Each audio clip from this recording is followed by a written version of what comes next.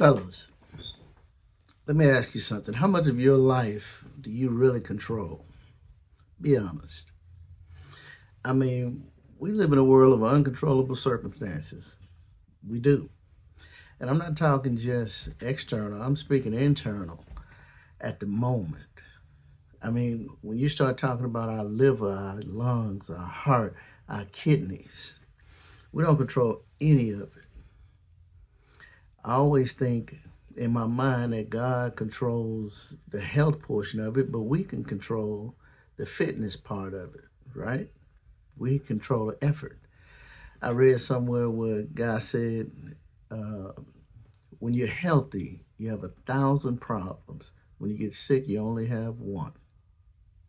Let that sit with you for a moment.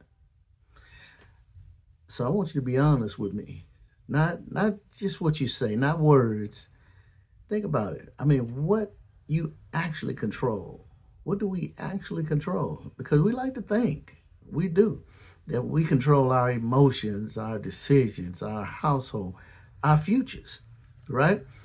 Even the outcome. But if that was true, make no mistake about it. Everything you did right would always turn out right. And we know that's not how life works, is it? Not quite that smooth. So here's the truth: control is an illusion. And when you realize that, you've got two choices, just two.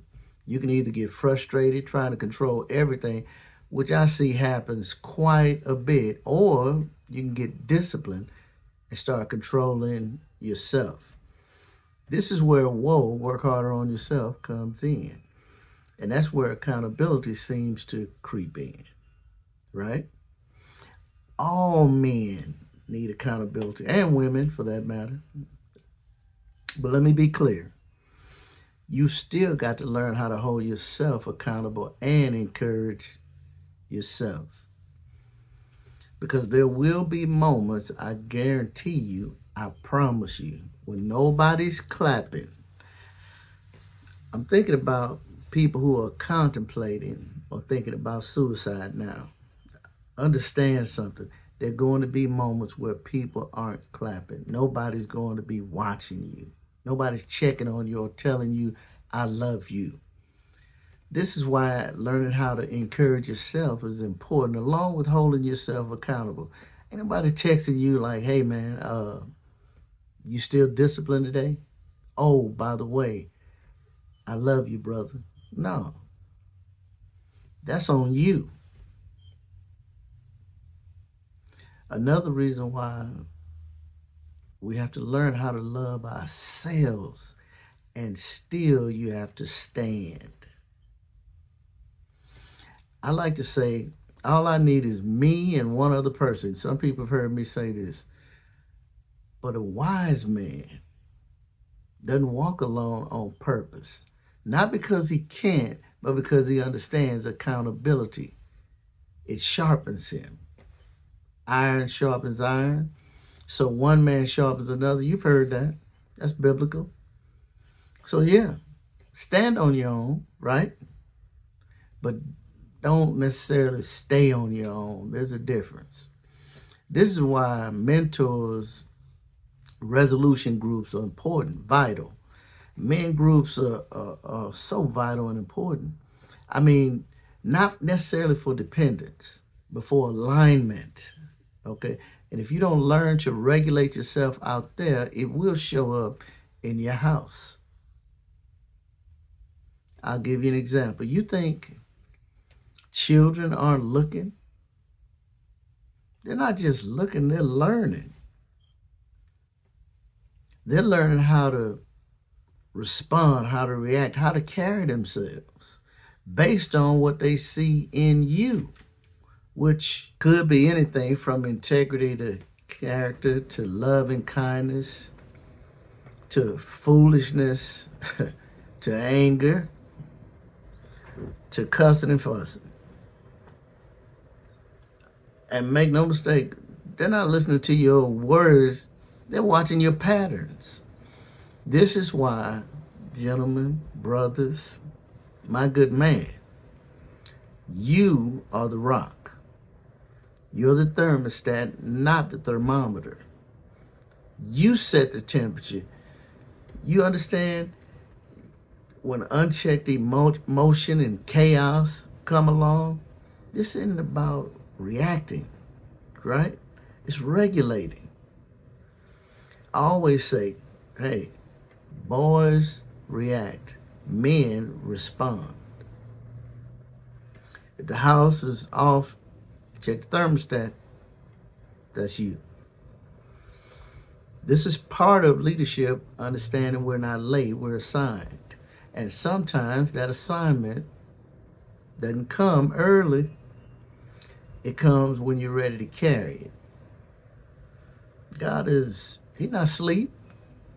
Some got the assignment early, some got it late, and some of us got a second assignment.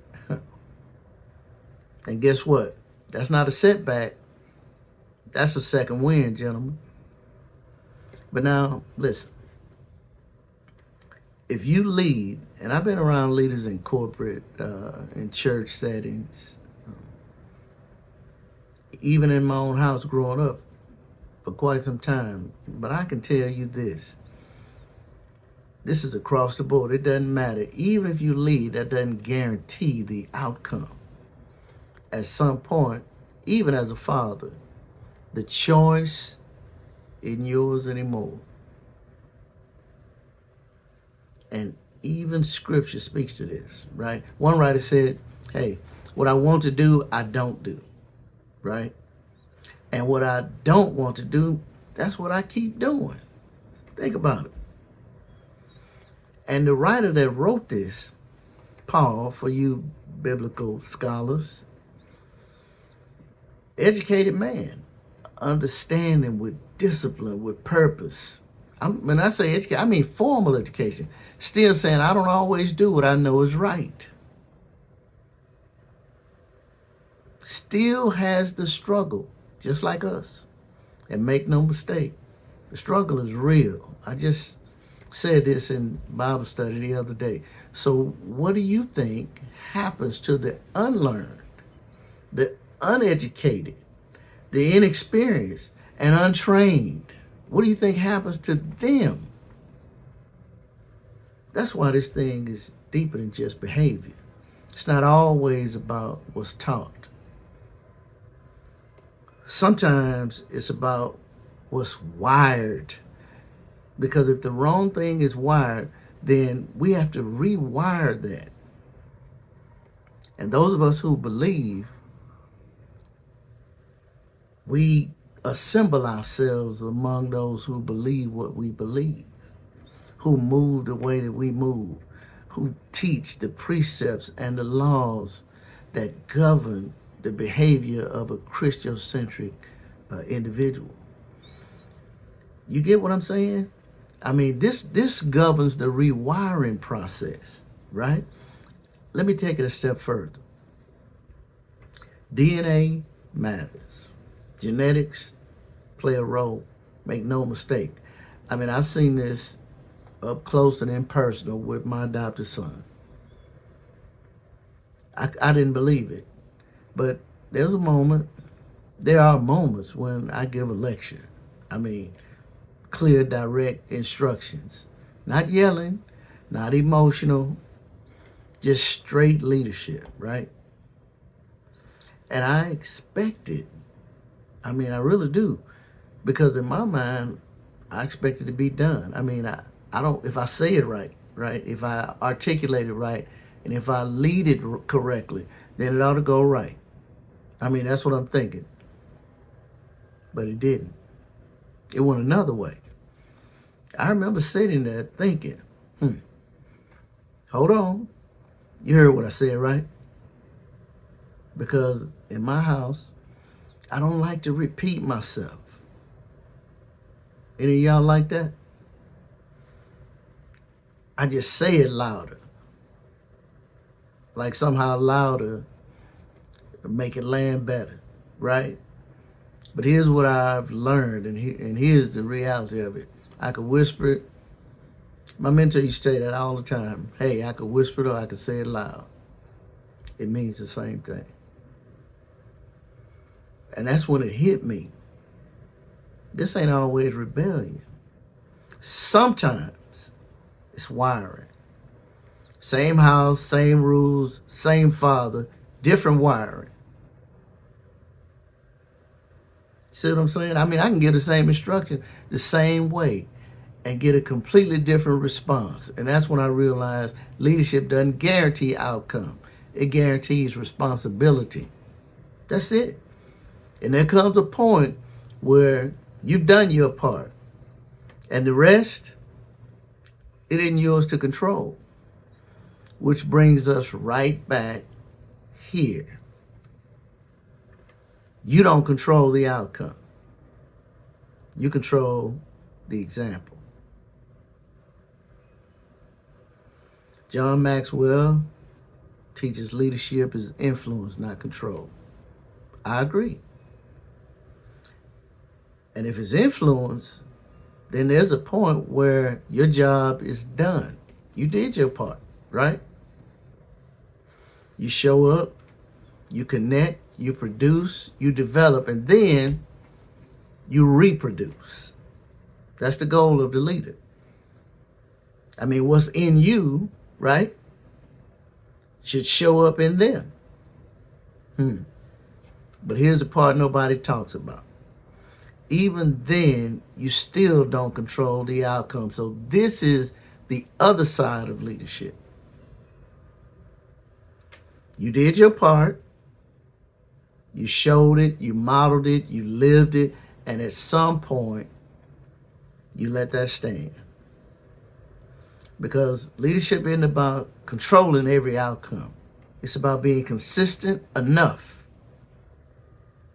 right? That your example is still there. So, yeah, we won't control men, don't we? But that was never the assignment. The assignment was to lead, to demonstrate, to be consistent, and then sit on it. Right? Because control is an illusion. But your example, man, that's real. Second win, truth with oxygen. You're not late, you're assigned.